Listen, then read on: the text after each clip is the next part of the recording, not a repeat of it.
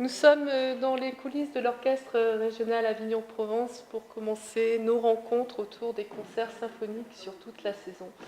Et c'est avec un immense plaisir que j'ai débuté ces rencontres avec Alexandre Piquion. Bonjour. Bonjour. Chef d'orchestre. Oui. Chef d'orchestre, chef de chœur aussi, j'ai cru comprendre. Oui, dans une vie parallèle.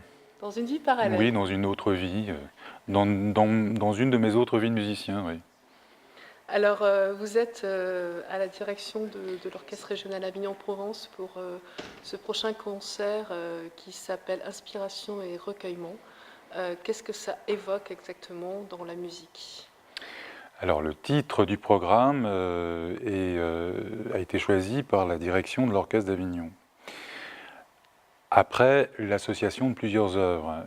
Inspiration et recueillement vient probablement de l'une des œuvres avec laquelle on va ouvrir le concert, qui est le Kol Nidre de Max Bruch, qui est une prière, une prière juive que Bruch a orchestrée pour violoncelle solo et orchestre. Le concerto pour violoncelle qui suivra d'Olivier Penard avec Sonia Wider-Atherton est lui plutôt du côté de l'inspiration, puisqu'il emprunte à plusieurs genres. Le genre rhapsodique, avec là aussi une espèce d'incantation dans le deuxième mouvement, qui suit un premier mouvement d'inspiration très française et qui précède un final qui emprunte au jazz. Donc là, on peut plutôt parler d'inspiration. Quant à la deuxième symphonie de Brahms, elle réunit probablement ces deux registres. Il faut dire que Brahms l'appelait lui-même la pastorale parmi ces 4 symphonies. Le tout a été réuni par l'Orchestre d'Avignon sous le titre Inspiration et recueillement. Et est-ce que vous vous y retrouvez, vous, en tant que directeur d'orchestre ? L'inspiration est une chose à laquelle je ne crois pas beaucoup. Je crois plus au travail. Quant au recueillement, il est permanent, on pourrait dire, dans notre façon de travailler, puisque on fait apparaître des événements, des objets dans un endroit fermé, consacré. Le tout commence et finit par du silence. Donc on est effectivement dans sans parler de sacré pour autant, avec un certain répertoire, oui, dans le registre du recueillement, oui. Est-ce que vous, en tant que chef musical, en tant que conducteur de la musique, justement par rapport aux musiciens, vous êtes en capacité de ce phénomène-là de recueillement ? Pour nous-mêmes ? Oui. Bah ça, c'est une chose qui appartient à chacun, en fait. Et pour vous, personnellement ? Pour moi, personnellement, c'est pas nécessairement lié à mon activité musicale. Le recueillement est quelque chose que j'associerais plutôt à la commémoration, au plan collectif, ou alors à une forme d'intimité, d'une certaine solitude choisie. Mais je ne peux pas parler pour l'ensemble des musiciens qui constituent cet orchestre, ou un autre d'ailleurs. C'est une question qui est à chaque fois très personnelle. Je pense qu'on vient mettre, quand on fait orchestre, on vient mettre effectivement notre capacité de recueillement au contact de celle des musiciens avec lesquels on joue, probablement. Mais il y a des œuvres peut-être qui sont plus propices à cela ? Oui, il y a des œuvres qui invitent davantage à ça, évidemment. Si on doit jouer le prélude de Parsifal, on est en plein, on est dans le sujet du sacré, qui évidemment manipule le concept de recueillement, qu'il suscite même. Mais ça, c'est un sujet très intéressant. Est-ce que la musique exprime des émotions ou est-ce qu'elle en suscite ? Moi, je crois qu'elle en suscite. Je crois qu'elle n'en exprime pas. Et vous êtes le passeur, justement, de cette... Oui, le passeur, quelque chose qui nous dépasse, nous traverse publiquement, puisque la destination de notre travail est quand même publique. Donc oui, il y a quelque chose qui nous traverse, qui parvient au public.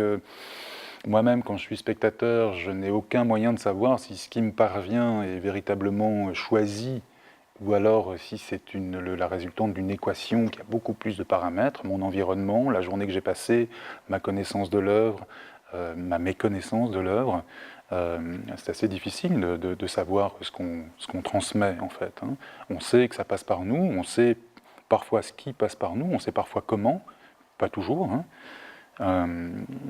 La chose la plus difficile à appréhender est celle de savoir comment c'est véritablement reçu.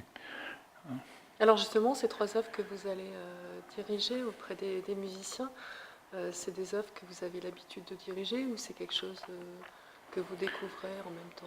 Non, c'est un répertoire.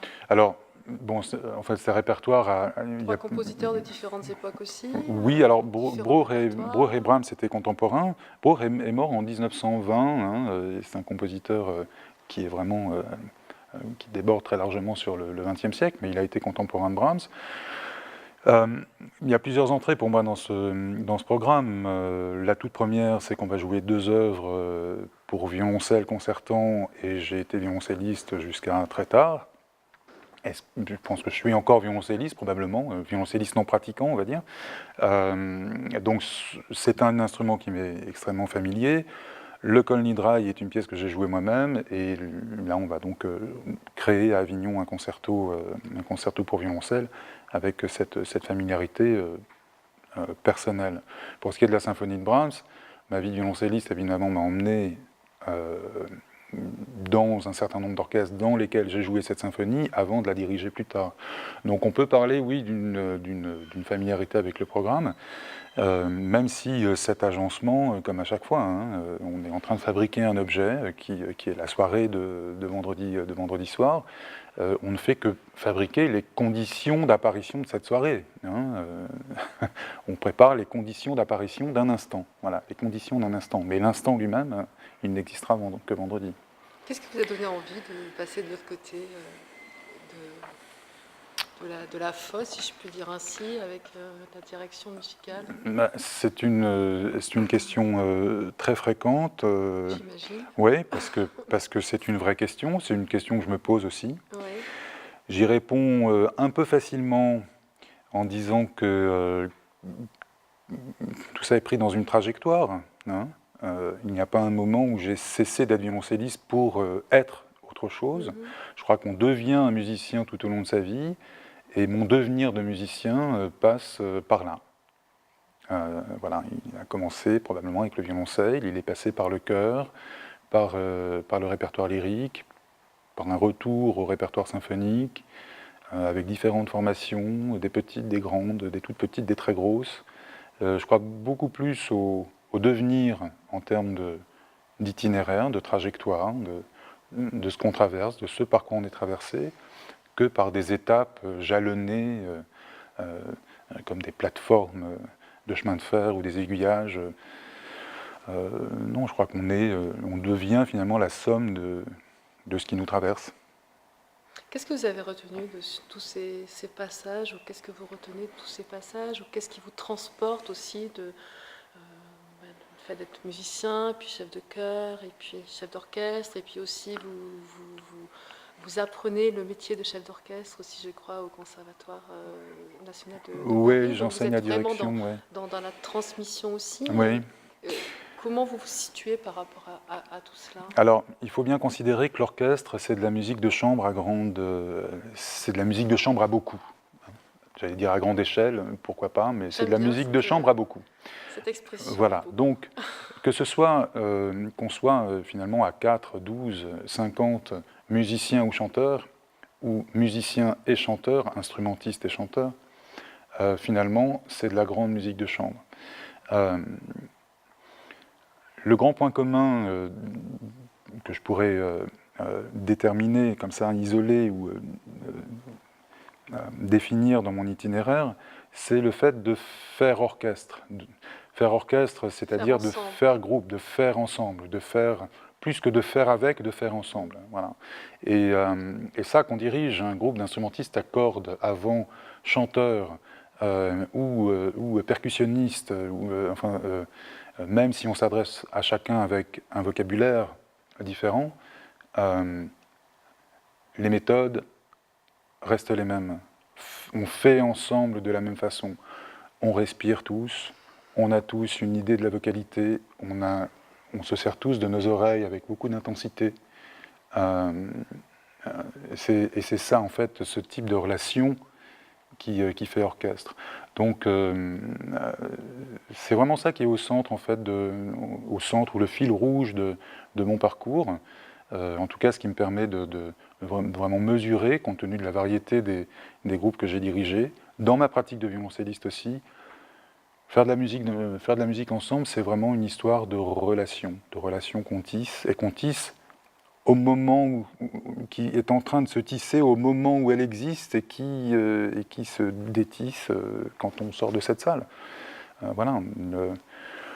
La particularité de notre travail, c'est qu'on va se retrouver demain, et cette relation aura fait sa petite vie ce soir, demain matin encore, et ce sera augmenté des vies de chacun entre-temps. Vous êtes arrivé comment à la musique? Puisque votre parcours n'était pas destiné à la musique à la base, vous étiez plus dans des études scientifiques. Ah oui, oui, vous êtes très renseigné. Non, en fait, dans mon... Et en même temps, vous parlez de musique comme si elle vous transportait, comme si elle vous faisait voyager, si elle vous faisait respirer. Oui, oui, oui, bah oui, c'est une grande aventure d'essence, hein, qu'on accepte de mettre en commun comme ça. Qu'est-ce qui m'a amené à la musique? Moi, j'ai commencé la musique à l'âge de 7 ans, je crois, quelque chose comme ça, avec le violoncelle donc. Et puis j'ai fait du sport de haut niveau aussi dans l'adolescence, toujours en pratiquant le violoncelle. Et puis il est arrivé un moment où j'ai commencé des études scientifiques. Et puis j'étais arrivé dans les études générales, scientifiques, et même plutôt très spécialisées dans le sport et dans la musique, à un moment où il allait falloir renoncer à quelque chose. Et puis j'ai gagné le concours d'entrée au conservatoire, au CNSM, au Conservatoire supérieur. Et c'est ça qui a décidé, en fait. Et finalement, c'est peut-être une façon de résumer mon parcours, c'est-à-dire que j'ai plutôt le sentiment de me laisser mener par ma vie musicale, plus que de mener une vie musicale. Hein, vous avez pris la porte qui s'est ouverte devant vous. Exactement. On commençait tout à l'heure en parlant de mon expérience de chef de chœur, elle s'est présentée exactement de la même façon. J'ai été chef de chœur pour le Théâtre du Châtelet et pour le Théâtre des Champs-Élysées. Le tout a duré une petite dizaine d'années, 8 ans, et a commencé par hasard, par le plus grand des hasards même, on pourrait dire. Hein. Et puis j'ai rencontré un groupe de chanteurs avec lequel on a tout de suite très bien travaillé, en inventant une méthode commune, en inventant une histoire commune, et puis finalement ça a duré 8 ans. Alors votre venue auprès des musiciens de l'orchestre d'Avignon, comment vous l'avez appréhendé? Est-ce que vous connaissiez les musiciens? Ah oui, oui, je crois que c'est la 7e fois que je travaille avec cet orchestre. D'accord. Sur 6e ou 7e fois, sur les 6 dernières années peut-être. On travaille ensemble une fois par an. Il est arrivé qu'on travaille ensemble 2 fois par saison. Voilà, donc là aussi, c'est un orchestre que je commence à connaître, avec des affinités collectives. C'est important, ça, dans la direction, d'avoir des affinités à la fois dans importance humaine et puis musicale aussi. Alors, c'est très important d'avoir des affinités musicales. Plus important encore, c'est important de connaître ses partenaires. Mieux on connaît ses partenaires, plus on ira loin dans le travail, plus on pourra renoncer à certaines choses au profit d'autres. Donc oui, c'est important de se connaître. Après, sur le plan humain, à partir du moment où tout le monde est bien élevé, en fait, c'est l'unique cadre requis. On n'est pas obligé de dîner ensemble tous les soirs pour faire de la bonne musique. Hein. On n'est pas obligé de s'apprécier infiniment, humainement, pour faire de la bonne musique. En fait, ça n'a rien à voir. Vous êtes un passionné d'autres d'autres passions, je veux dire, si je peux dire ça, ou est-ce que la musique prend tout votre temps? Non, alors la musique me prend beaucoup de temps parce entre l'orchestre, l'enseignement, les engagements ici et là, évidemment, ça prend beaucoup de temps.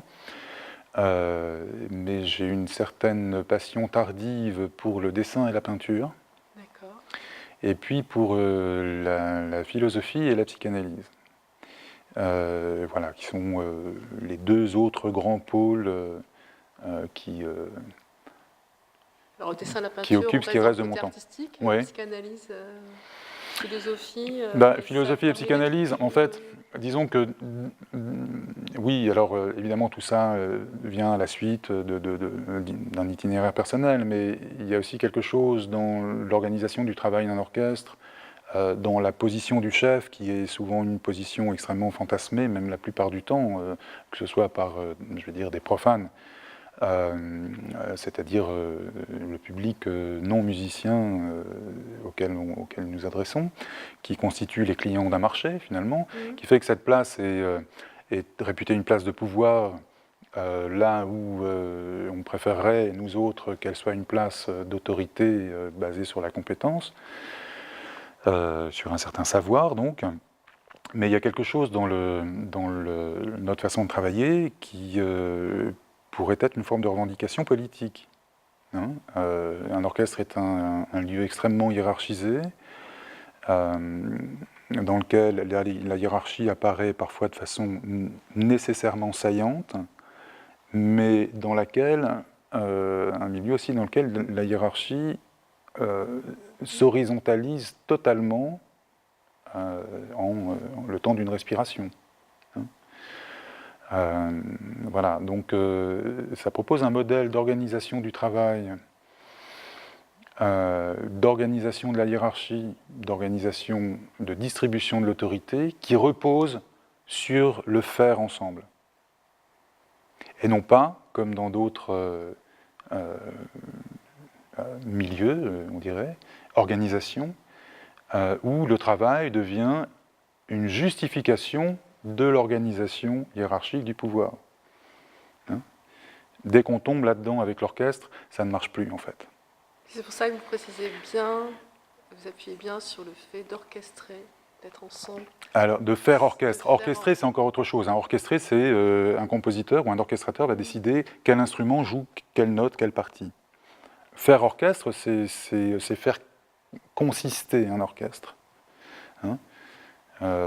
Et ça se fait pendant le temps de la répétition, pendant le temps des répétitions, pendant le temps d'un travail qui, c'est une mise en abîme, hein. Le temps d'un travail d'une répétition, il va être à l'image du temps de travail de la semaine qui va mener au concert, mais il peut être aussi à l'image du temps de travail sur toute une saison. Hein. Voilà. Voilà. Alors, on va rester sur ce concept philosophique. Merci beaucoup, Alexandre Piquet, Avec pour cette plaisir. rencontre. Avec Merci plaisir. infiniment. À la prochaine fois. À la prochaine fois.